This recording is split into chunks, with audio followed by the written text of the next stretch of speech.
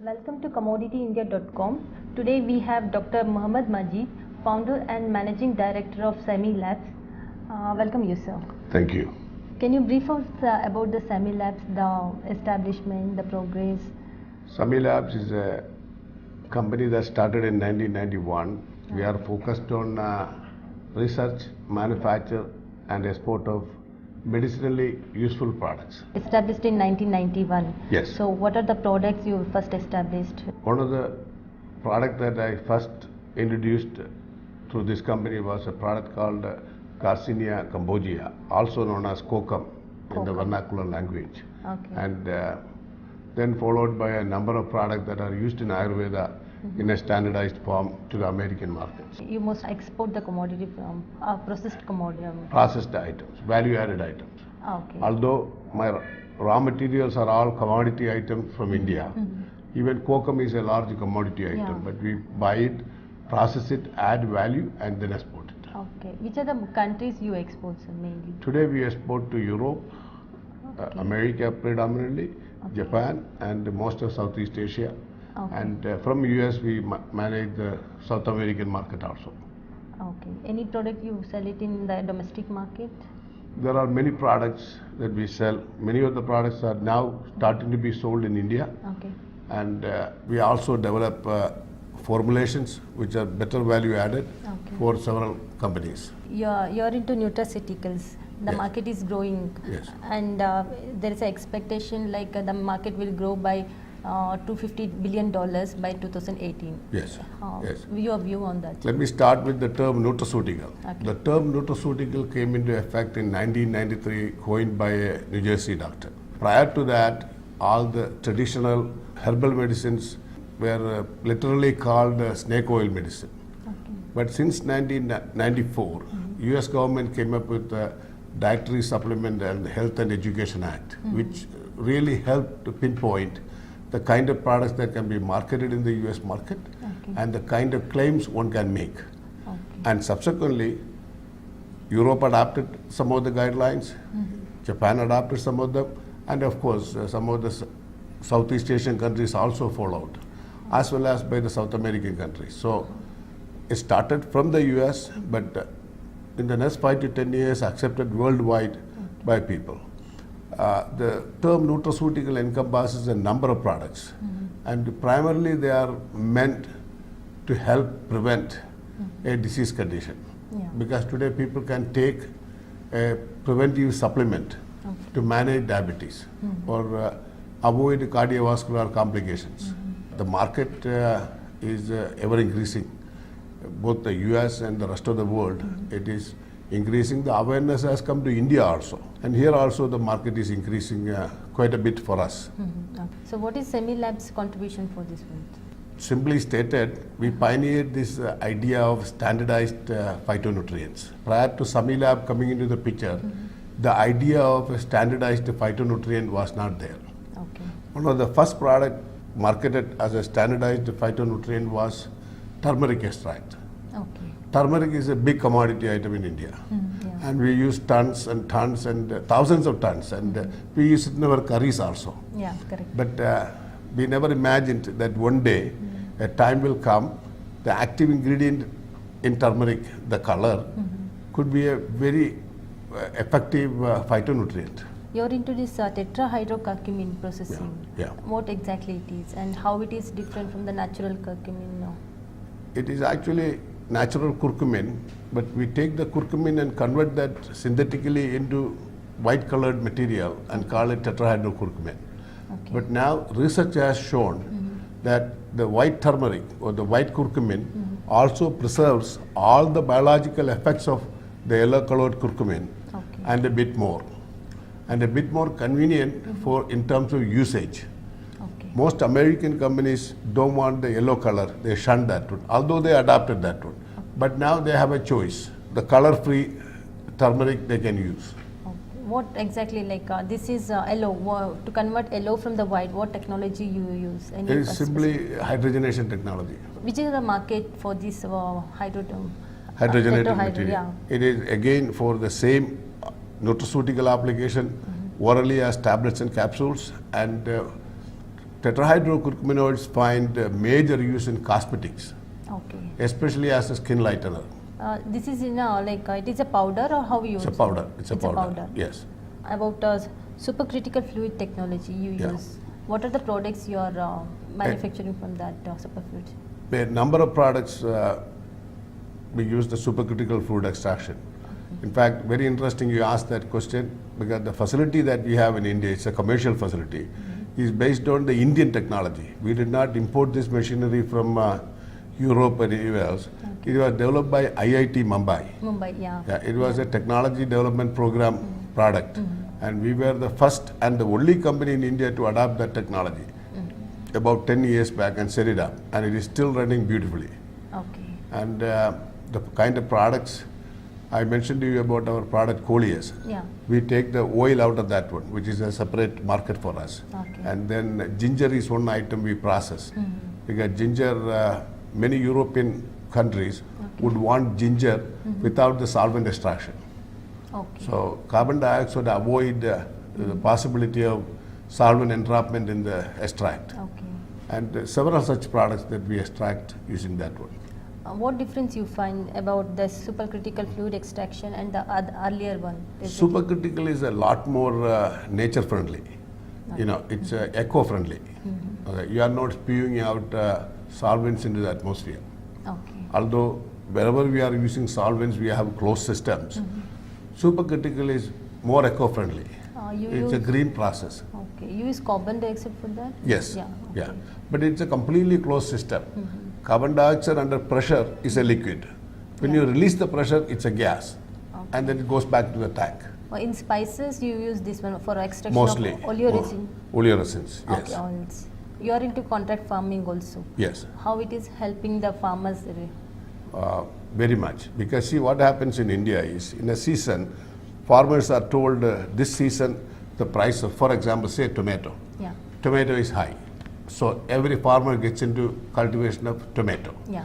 Next season you see, I'll give you a live example. About 6 months back, a farmer in Chikmagalur came and dumped the whole thing in the street and said it is for the cows to eat because I can't even get to 5 rupees per kilo Is it for tomato? tomato. Okay. Okay. Now, today, it's 80 rupees. Yeah, correct. See how the things change. We take that uncertainty out of this. Okay. We have an agreement with the farmer, and this is what you will get. And we will guide you through the process. Okay. We will give you the seed materials. Okay. We will give you all the support needed until you bring the plant out. Okay. And we work with them, and their prices are guaranteed. Okay. You directly buy from them. Yes. Whatever Yes. they produce. Yes. Okay. Where you are practicing this? This is mostly in Tamil Nadu now. Now started into Karnataka. Now we would like to take that across the country. Okay. You are in US also. Your company. Are you practicing this in the other countries also? Contract farming with? No, we are doing the contract farming in Uganda, Okay. Kenya. Oh. We have done some work in Vietnam. We are also doing some work in Philippines. You are also into this cosmeceutical industry. Cosmeceuticals. Yeah. What you see in India, the demand and the future prospectus for these cosmeceuticals in India?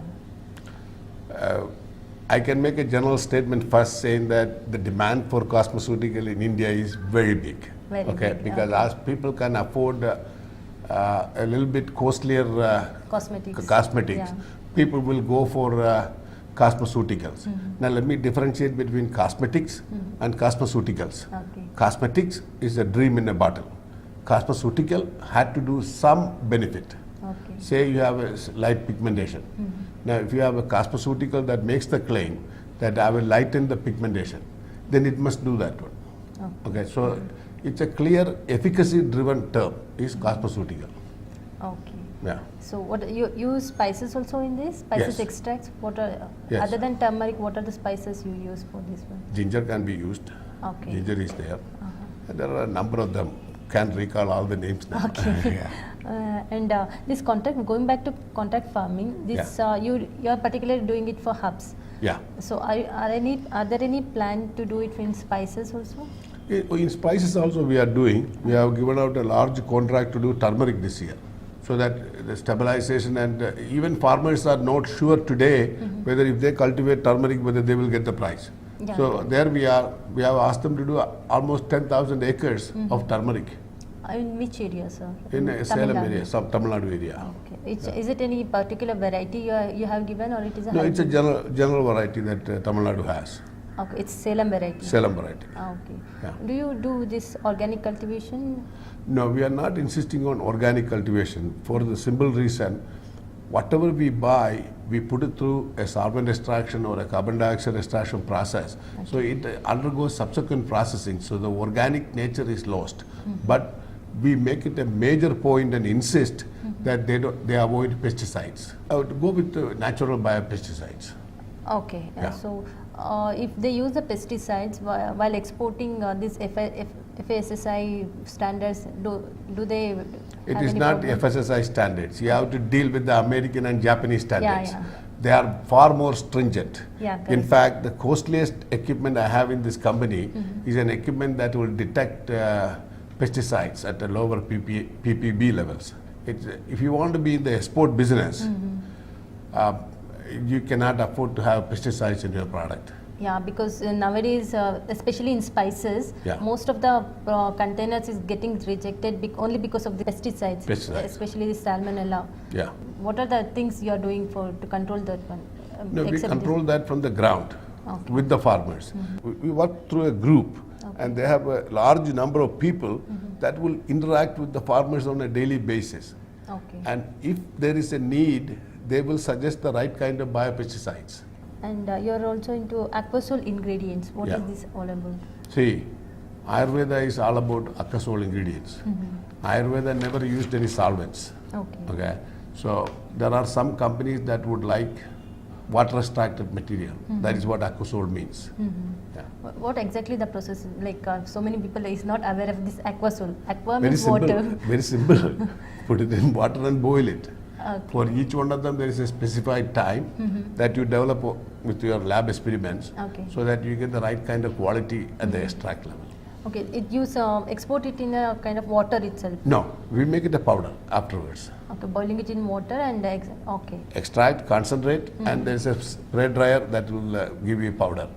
Okay. And when the end user, you take that and put it in water, it becomes solution. This is used in, again it is in cosmetics or No, industry? it mostly goes into nutraceutical dosage Nutraceutical. forms in the US. So what are the new research activities going on in Semi Labs? Our major thrust and continues to be is in the cultivation of medicinal plants. Some of them you might term as a commodity item, but for us, they are medicinally useful material. Like I give you turmeric, black pepper, Yeah. ginger, any problem, cinnamon is another item.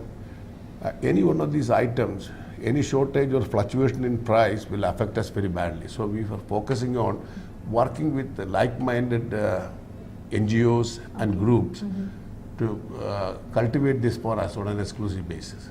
Okay. Okay, so we give them a buyback guarantee.